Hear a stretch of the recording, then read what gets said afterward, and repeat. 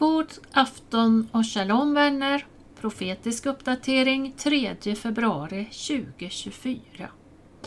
Och det är lördag kväll. Amir Tsarfati har lagt in på Telegram amerikanska rapporter. 20 mål i Irak och östra Syrien attackerades i den första fasen av USAs svar mot iranska ombud.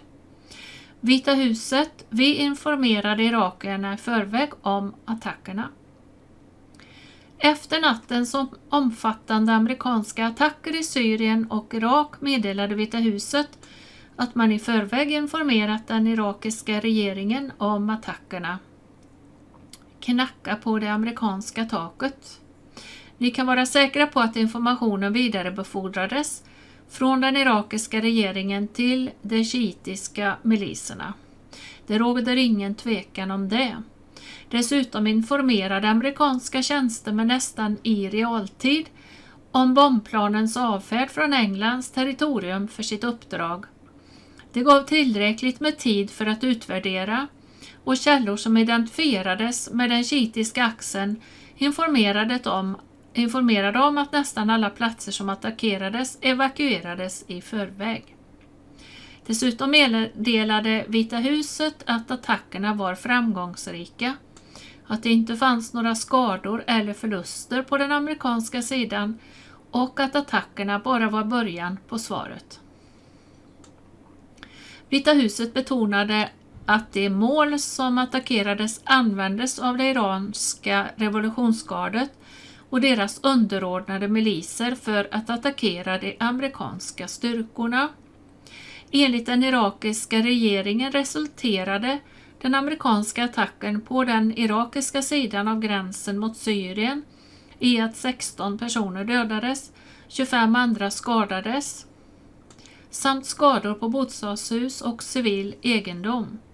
Tidigare rapporterade den syriska oppositionens övervakningscenter 18 dödsfall i USAs attacker på den syriska sidan av gränsen till Irak. Så har vi ett inlägg här av en person, en judinna som heter Cheryl. Och det är Amir Tsarfati som har lagt ut på Telegram vad hon har skrivit på X. Det är sorgligt. Det är mycket som hon säger som är sant. Tyvärr. Det är tänkvärt. Jag läser upp det hon har skrivit här, det som Amir har lagt ut då. Kan vi snälla sluta prata om västerländska värderingar? Det finns inte längre några västerländska värderingar. De västerländska värderingar som folk hävdar att vi alla försvarar och som många i öst verkar vara fast beslutna att förstöra existerar inte längre. På något sätt har västvärlden villigt tillåtit alla sina värderingar som miljontals soldater dog för att försvara under första och andra världskriget och andra konflikter att urholkas, exploateras, missbrukas och slaktas. Det finns inte längre många västerländska värderingar som ens är värda att försvara. När de meningslösa morden på oskyldiga människor kan hyllas och vördas, medan de som kämpar mot förövarna för att förhindra fler av dessa meningslösa grymheter förtalas, har vi som helhet förlorat all vår moral och verklighetsuppfattning. När en förintelse av ett folk och all uppbyggnad av förföljelse och trångsynthet och hat tillåts att fritt och öppet upprepas och hyllas, men de som kämpar för att förhindra att det händer igen blir oärligt och orättfärdigt beskyllda för att göra det mot dem som faktiskt gör det, har vi som helhet förlorat alla rättigheter att göra anspråk på moral och rättfärdighet. När våra medier aktivt och avsiktligt förvränger fakta på marken och inte gör några ansträngningar för att motverka den nyvisionistiska historierevisionismens propagandastorm har vi som helhet förlorat all vår moral. När så många i auktoritets- och ansvarspositioner förnekar faktiska, verkliga data och ersätter dem med partiskhet och osanningar, har vi som helhet ingen rätt att hävda moral. Det finns nästan inga västerländska värderingar kvar som är värda att kämpa för. Vi har tillåtit vårt samhälle att korrumperas av ideologier som helt enkelt inte har någon plats i något samhälle. När vi lever i samhällen där människor lär våra barn att fel är rätt, att hat är okej, att naturen är fel och att vi är Gud med berett att definiera och förstöra de grundläggande naturlagarna, då har vi som helhet ingen moral. När bevis på fakta ersätts med bevis som tillverkas för politiska och ideologiska syften och en enda liten demografi som har omfamnat alla världens samhällen i århundraden tillåts attackeras och missbrukas och hatas av en stor demografi som vägrar att acceptera och omfamna världens samhällen, har vi som helhet inte längre rätt att göra anspråk på moral. När en enda religion attackerar alla andra religioner över hela världen och vi ändå blundar för att miljoner slaktas, våldtas, bränns, tvingas konvertera och slaktas, då har vi som helhet ingen rätt att göra anspråk på moral.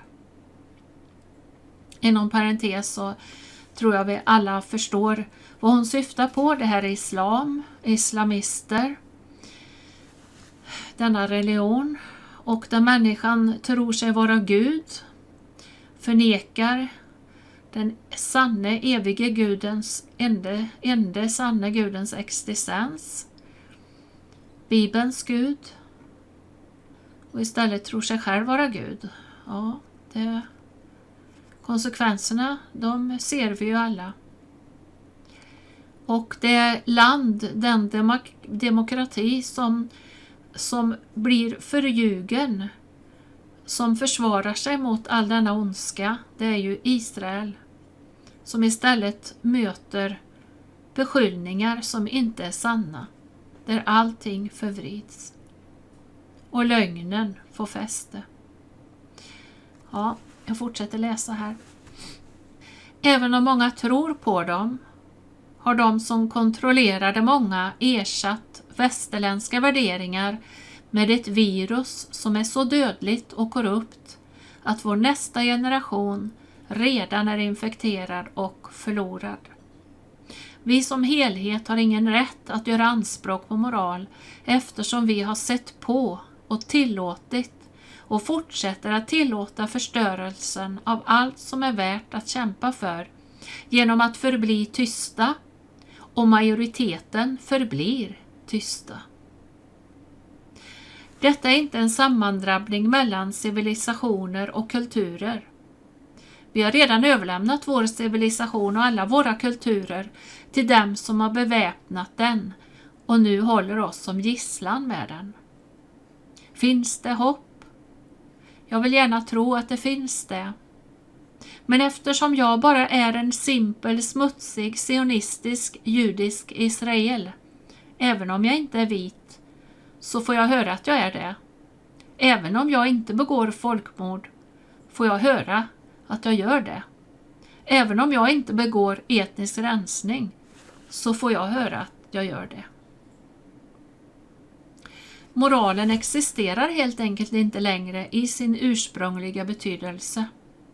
Väst behöver inte längre blicka mot öst för att se sin fiende. Den skapade sin egen inre fiende som nu kontrollerar den. Och den har förlorat moralen att skydda sitt folk från det. Det finns inte längre några västerländska värderingar som är värda att kämpa för. Slut citat. Ja, det är ju precis så faktiskt som det ser ut, som den här judiska kvinnan uttrycker. Men vi vet att Bibeln är sann, att Gud är Gud. Det han har sagt i sitt ord, det sker och det kommer att ske. Det han tillåter ske kommer att ske. Det han inte tillåter kommer aldrig att ske. Och det är den fasta klippan som Herren är och som Jesus, Jeshua, är. Guds ord står fast, om så allt annat går under eller vacklar. Och vi läser i Jesaja 5:20.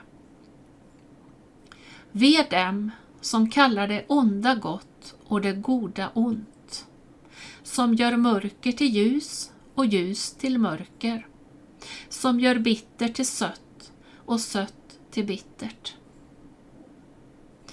Om allt vore en slump, då finns det inget i hela världen som säger att rättvisa någonsin kan skipas eller att sanningen ska segra. Men därför att Gud är Gud, han är den han säger sig vara i bibelordet, så kan vi vara säkra på att det kommer att ske. Därför att Gud ser till att det sker. Ve dem som kallar Bibeln för lögn och som kallar lögnen och lögnerna för sanning. Ve dem som säger att Lucifer är ljus, när det i själva verket är mörkrets första, djävulen.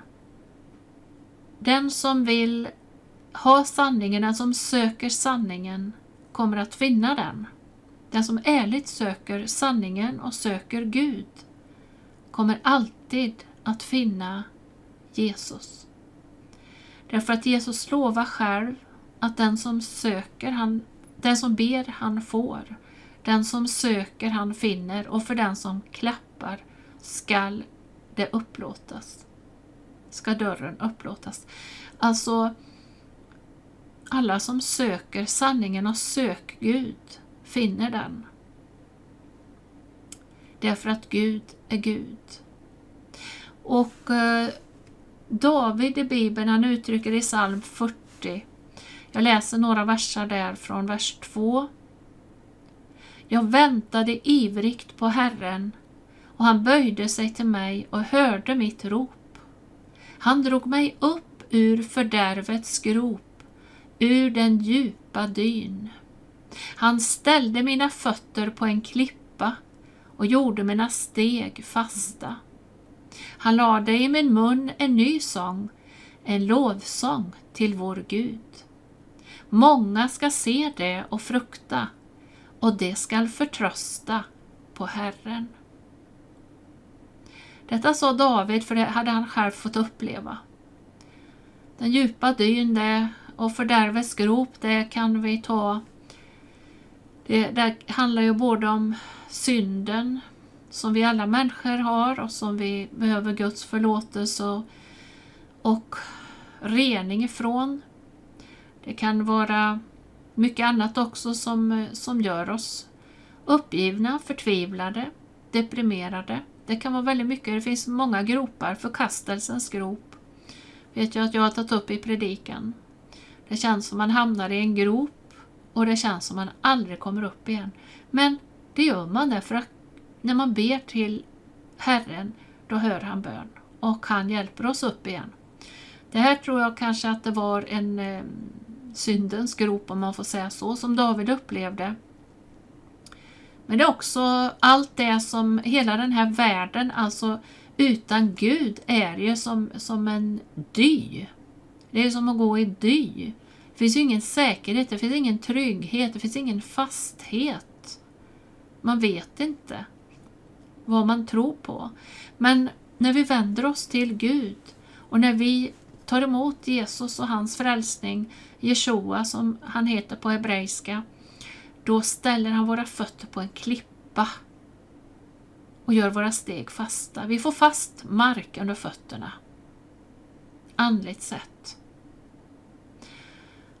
Och han ger oss en lovsång i våra hjärtan till Gud, av tillbedjan, av tacksamhet,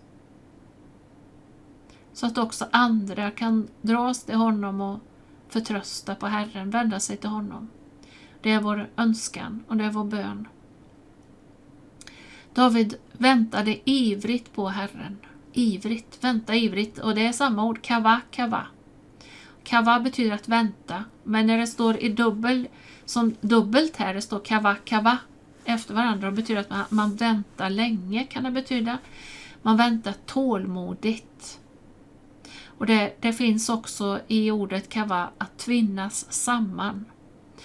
Och det kan vi förstå som när vi ber till Gud, att vår vilja liksom tvinnas samman med hans vilja, med Guds vilja.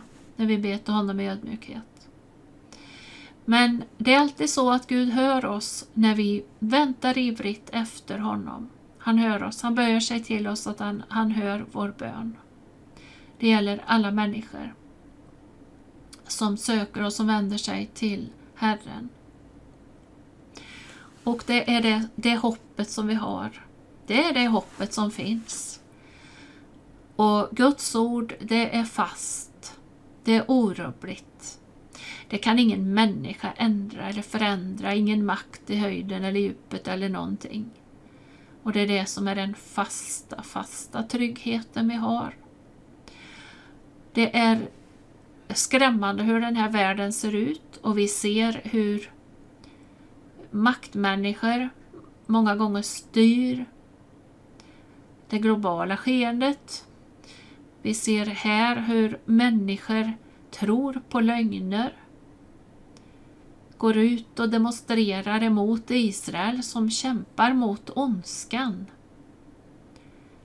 Vi ser hur man enligt Agenda 2030, som Rosa Koire varnar för redan 2012, när hon skrev sin bok Bakom den gröna masken, Behind the Green Mask, hur man vill ha bort alla småföretag, man vill ha bort alla så att säga småbönder och allting. Det ska bara finnas vissa jättestora företag som är utvalda och som ingår i agendan. Det är det handlar om. Det är det vi ser och läser om bondeupproren i många länder. De blir utsatta för det som pågår. Det är väldigt mycket orättfärdighet som sker i världen. Men Gud är god och han vill hjälpa oss genom allt. I allt vi möter och vi går igenom. Det ska vi hålla fast vid. Det vet vi av erfarenhet. Och vi vet att det gäller också alltid att Gud är trofast. Här kommer nu en video med vår kära Jair Pinto som rapporterar från Israels norra gräns, framförallt här. Det som händer, Hizbollah som attackerar Israel hela tiden med raketer från Libanon.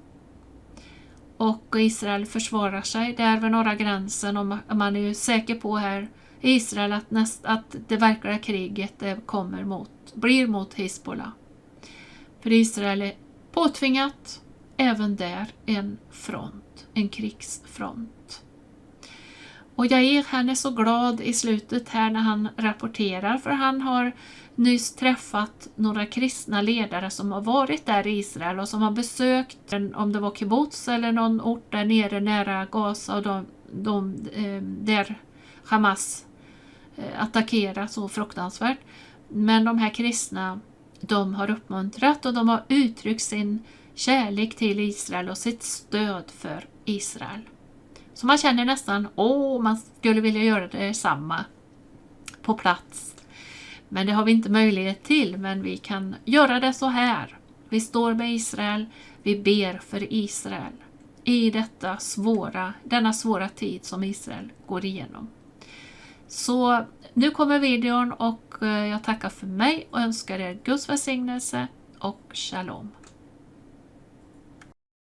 Tensions in Israel's northern border are heating up. The threat of a dangerous escalation is real, but the IDF is prepared for any scenario, even for the heavy snow that fell on Mount Hermon.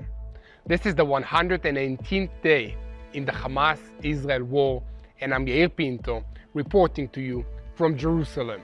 During a normal year without a war, the Israeli news portals in January and February will be full of headlines about the snow, rain, and generally cold, wet, stormy winter weather. But sadly, in the opening months of 2024, we are preoccupied with much less cheerful topics.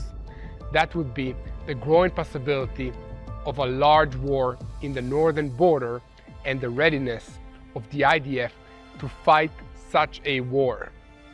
The weather is part of this story, however, as we need to think about how we will fight in this harsh winter weather. Of course, the other side is also facing this question, and that's also something we need to consider. It might be better for us to fight them in the winter if we're better prepared and equipped for it than they are, and vice versa.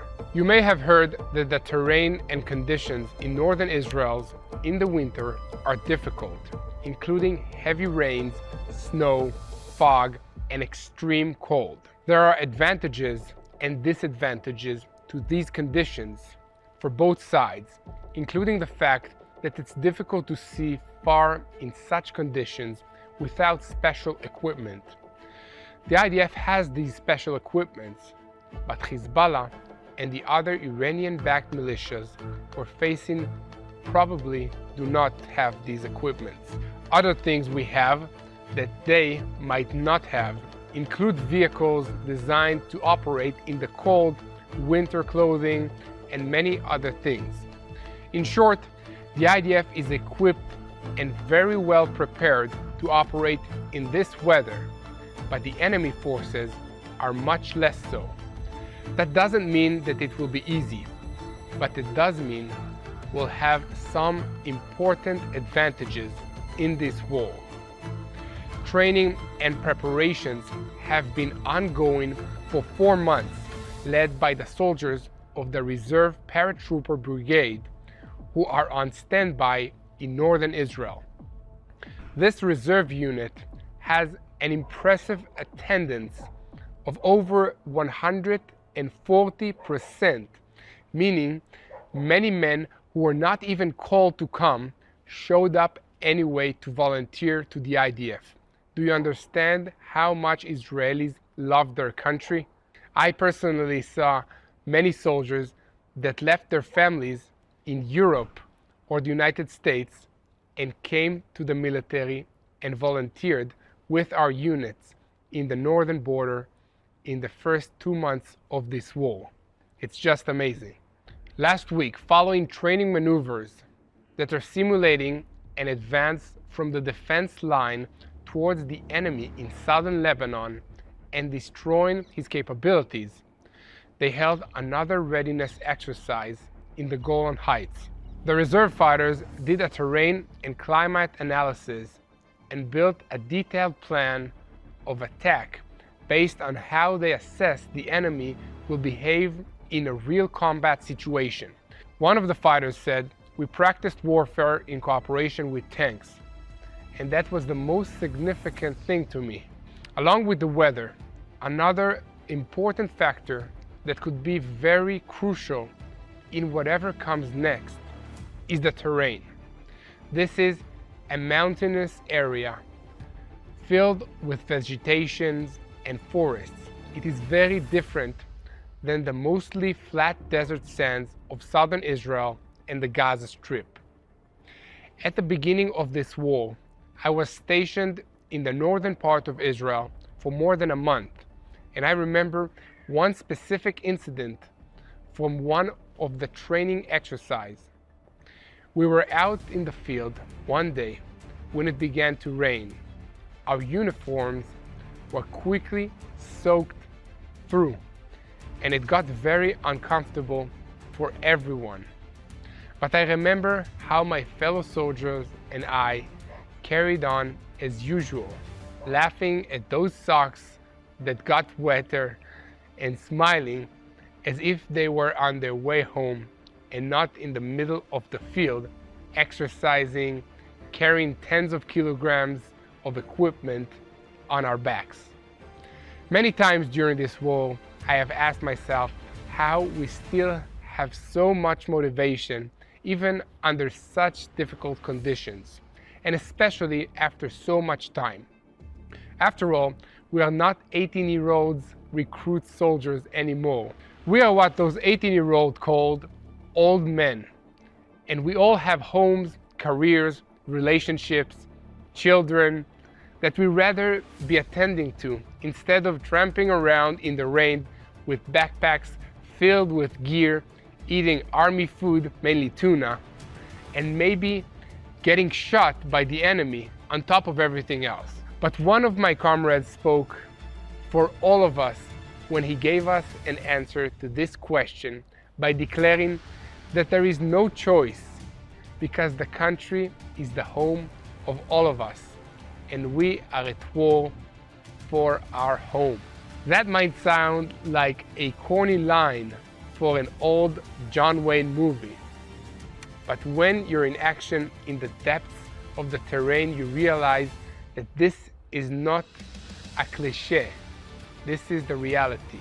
This statement came from the bottom of my friend's heart as we were all shivering in the freezing cold, and it sparked a fire in all of our bellies that warmed us up and helped us stay focused. I don't forget what he said, and I hope you don't either. We're all going to need the courage that these words inspire in order to go forward. More than 500 buildings in Israel have already been damaged by Hezbollah fire since the outbreak of the war, including homes in civilian communities close to the border with Lebanon. Most of the damage was light and can be repaired, but some were irreparably destroyed. There have also been fatalities among IDF soldiers that are stationed along the border, as well as a few civilians. In the last week, there has been an increase in Hezbollah's use of heavy missiles such as the Burkan and Flak. To give you an idea of how powerful these weapons are, last Saturday, the village of Shlomi in the Western Galilee was hit by a Burkan missile, damaging over 50 structures. Hezbollah has many more of these missiles. They can fire them at Israel. Earlier today, the Israeli Air Force attacked a terrorist infrastructure and military buildings used by Hezbollah in the villages of Ita al-Shayeb, Bet Laif, and Baida, located in southern Lebanon. A number of launches from Lebanese territory towards the Metula area in Israel were identified, and the IDF directed fire at the sources of the shootings. As I said before, the volume of rockets and missiles fired into Israel from Lebanon is increasing, and no one knows how long the border battle can last before the gloves come off. Diplomats are trying, so far without success, to mediate a ceasefire based on Hezbollah's withdrawal from the border with Israel. But Hezbollah has vowed to continue fire missiles at Israel as long as Israeli forces are fighting in the Gaza Strip against Hamas, and Israel isn't going to stop fighting Hamas until the threat it poses to Israel has been eliminated. That means the gloves will probably have to be taken off very soon. Please join me in praying urgently for this situation. As I said before, the IDF is ready for a battle with Hezbollah, and there is no doubt we will win.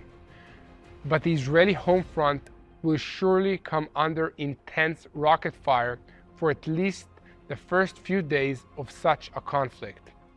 This will be difficult for Israel, and we're going to need a lot of prayer and support from our friends to get through it. Switching focus to the Gaza Strip, the fighters of Division 162 continue fighting in the north and center of the Gaza Strip and operate in the center of Gaza City.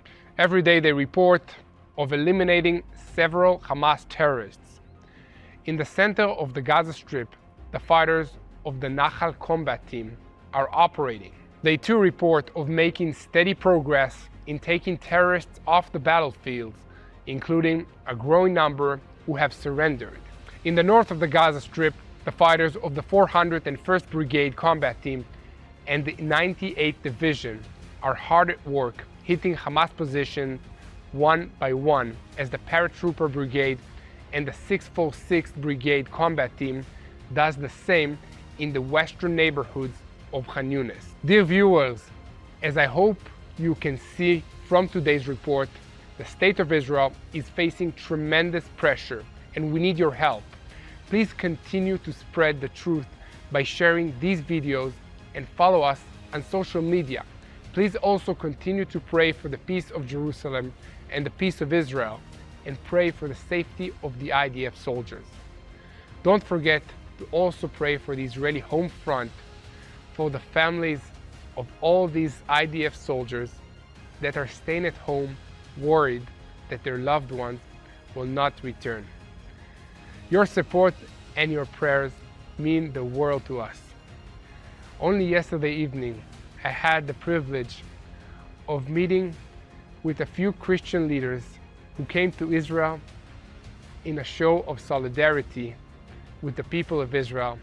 They visited the Gaza community that was hit by Hamas terrorists, and they shared their love and support to me, to the IDF, and to the whole country of Israel. You have no idea how these acts makes us feel. And you guys are doing the same by helping us, by praying for us, and by sharing these videos with the rest of the world. So thank you so much.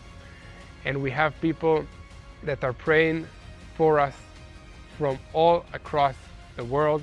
And that's what God is telling us to be. One big united family. So thank you, and keep praying for the peace of Jerusalem.